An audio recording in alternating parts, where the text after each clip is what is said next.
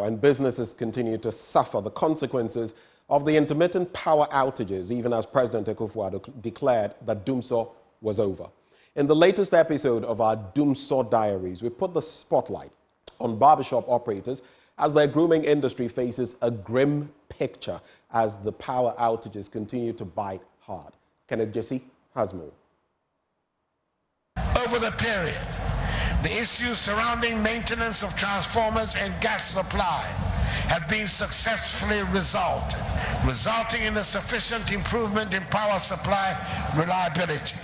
Indeed, over the past few days, we have witnessed stable electricity supply across the country, with no load shedding reported anywhere yesterday.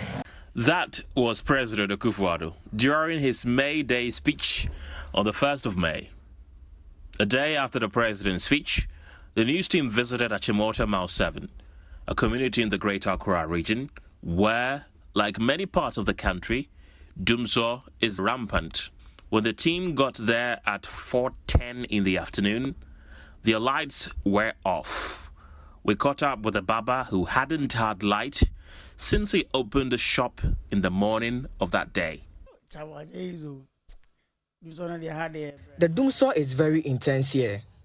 I have not been able to work since the week began because of Dumsor. The light went off a few minutes after I opened my shop at around 7 a.m.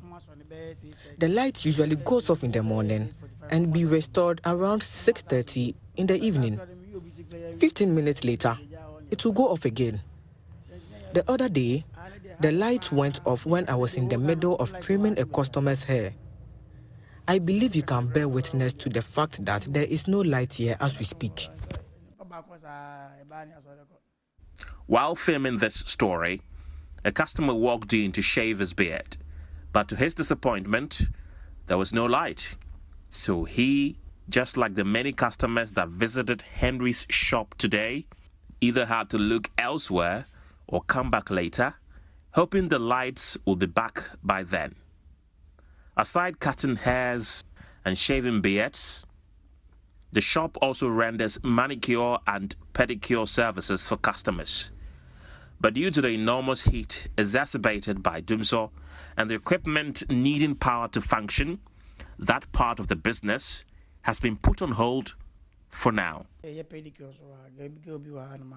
pedicurist hasn't been to work for the past 3 days because there is nothing to do when she comes.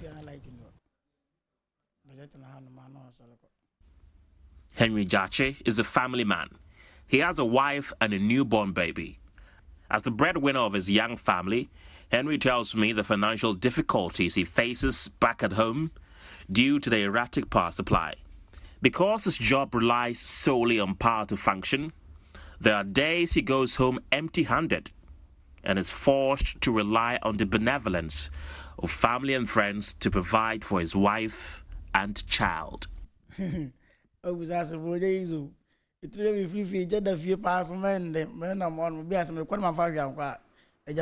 hasn't been easy. Since the Dumsor intensified, I mostly go home empty-handed, with no money to provide for my wife and child. I usually call some close friends and relatives to send me some money. Sometimes they send me 50 cedis or less. That's what I use to feed my family.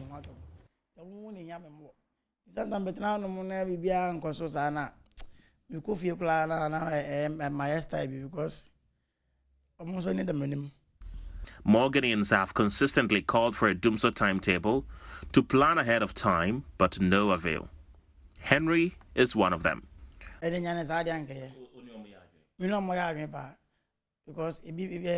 Dumsor timetable would have helped a lot. The secretary here, for instance, spends money on transport fares every day to work and back when no activity goes on here. A Dumsor timetable would have saved all these costs.